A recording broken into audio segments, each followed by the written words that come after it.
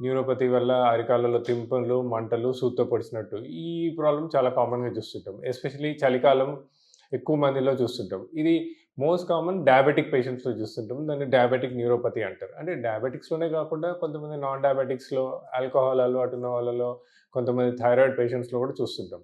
వీళ్ళ main complaint ఏంటంటే అరికాళ్ళలో pin prick sensation, burning sensation, తిమ్మిర్లు, టింగ్లింగ్ సెన్సేషను. దీనివల్ల రాత్రి నిద్ర డిస్టర్బ్ అవ్వడము, ఎస్పెషల్లీ నైట్ టైమ్ బెడ్‌షీట్ కప్పుకున్నప్పుడు, ఆ బెడ్‌షీట్ ఎప్పుడైతే అరికాలికి తగులుతుందో అప్పుడు మంటల్లాగా ఉండటము, పిన్ ప్రిక్ సెన్సేషన్స్‌లాగా ఉండటము, బేర్ ఫుట్‌గా నడవాలన్నప్పుడు కష్టం అవ్వడము, నైట్ టైమ్ నిద్ర లేచి బేర్ ఫుట్‌గా ఫ్లోర్ మీద నడవాలన్నప్పుడు కష్టం. సో, వీళ్ళకేమైతుందంటే ఈ స్లీప్ డిస్టర్బ్ అవ్వడం వల్ల స్ట్రెస్ లెవెల్స్ పెరగడం.